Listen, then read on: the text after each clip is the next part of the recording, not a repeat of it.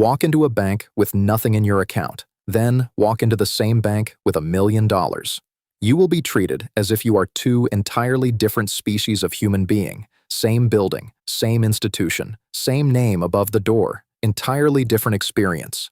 Banks do not treat all customers equally. They never have. What they offer you, the rates, the fees, the access, the service, the products, every single one of these things changes dramatically depending on one factor: how much money you already have. Today, we are going to walk through every level of wealth and show you exactly how the bank sees you and what they are doing with that information.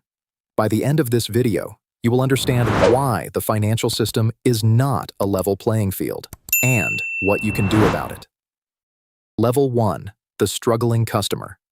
At the bottom of the banking hierarchy is the customer the bank profits from most, while serving the least. If your account balance regularly falls near zero, if you live paycheck to paycheck, if you have missed a payment or carried debt, this is how the bank categorizes you. You are what the industry calls a subprime customer, and the financial products available to you are the most expensive ones in existence. If you need a loan, your interest rate is the highest. If you use an overdraft, the fees are immediate. If you miss a payment, the penalties compound. If you apply for a credit card, the limit is low and the rate is punishing. The less money you have, the more the bank charges you to access it. And it goes further. Banks in many countries charge monthly maintenance fees on basic accounts, which means that if your balance falls below a certain threshold and you are already struggling, the bank takes money from you simply for the privilege of holding your account. There is a term for this in economics. It is called the poverty premium, the empirical reality that it costs more money to be poor than it does to be wealthy. It is not a conspiracy. It is not malice. It is a business model. At level 1, the bank is not your partner. It is your most expensive creditor. Level 2, the average customer. Move up to the average customer. Steady income, no major debt crises, a balance that sits comfortably in the black, and the bank's relationship with you shifts. The fees decrease, the account maintenance charges disappear. The interest rates on loans improve slightly. You are given access to credit cards with rewards programs. On the surface, this looks like the bank treating you better, and in some ways, it is. But understand what is actually happening. The average customer is the bank's core revenue engine, not because they are wealthy, but because there are so many of them. Millions of people with modest balances, paying modest monthly fees, carrying modest credit card balances at 18%, collectively generating billions in revenue for the institution. The rewards program on your credit card? It is funded by the interest paid by the customers who don't pay in full every month. In other words, the reward is funded by people at level 1. At level 2, the bank sees you as a reliable, recurring revenue stream.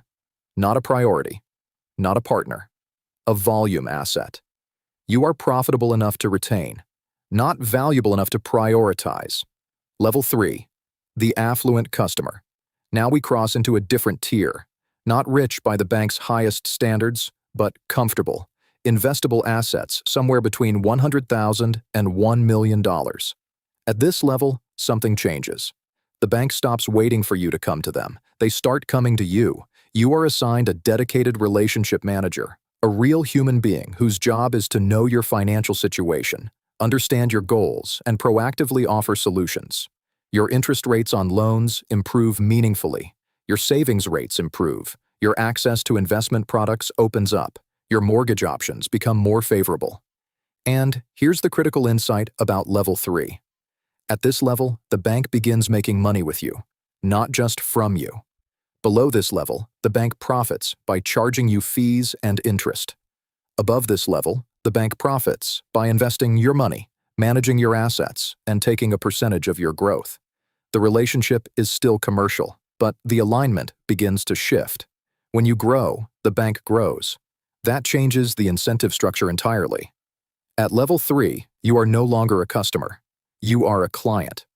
Level 4, the high net worth individual. Above $1 million in investable assets, you cross a threshold that most people never see from the inside. This is the tier known as private banking. At this level, the standard branch is no longer where you do business. You have a private banking suite, a dedicated private banker, a concierge-level service team. Your banker knows your name. Your banker knows your family situation. Your banker knows your investment goals, your risk appetite, your tax position, and your estate planning requirements. The products available to you now are ones the average customer has no knowledge of and no access to. Bespoke investment portfolios, structured products, access to private equity and hedge funds, currency strategies, tax optimization structures, loans against assets at near risk-free rates, and critically, the interest rate on loans at this level is sometimes lower than the official base rate, because the bank considers lending to a high net worth individual essentially risk-free. Think about what that means. The people who need loans least get them at the cheapest rates. The people who need loans most pay the highest rates. At level 4, the bank is not a financial service. It is a financial partner, one that actively works to grow your wealth alongside its own. Level 5, the ultra-wealthy. And then there is the top. Above $50 million in assets, sometimes called ultra-high net worth, the relationship with a bank changes so completely that it barely resembles what most people think of as banking. At this level, you do not go to the bank. The bank comes to you. Senior executives, specialist advisors, entire teams assembled around your specific situation. The products available are not off the shelf. They are built, specifically, for you. Custom investment vehicles structured around your tax jurisdiction. Multi-generational wealth transfer strategies. Access to pre-IPO investment opportunities. Art and collectible asset management. Real estate structuring across multiple jurisdictions. And here is the detail that most clearly illustrates how different this world is. At this level, the bank's fees on your assets are often a small percentage of what you hold, which means that as your wealth grows, and it is the bank's job to make sure it does, the bank's revenue grows too. The bank is no longer extracting money from you. It is growing money with you. Because every dollar of growth you generate generates a fraction of a dollar for the institution. At the ultra-wealthy level, the bank's incentives and your incentives are perfectly aligned, which is a privilege that has to be earned or built. At level 5, you are not a customer. You are not a client. You are a counterparty,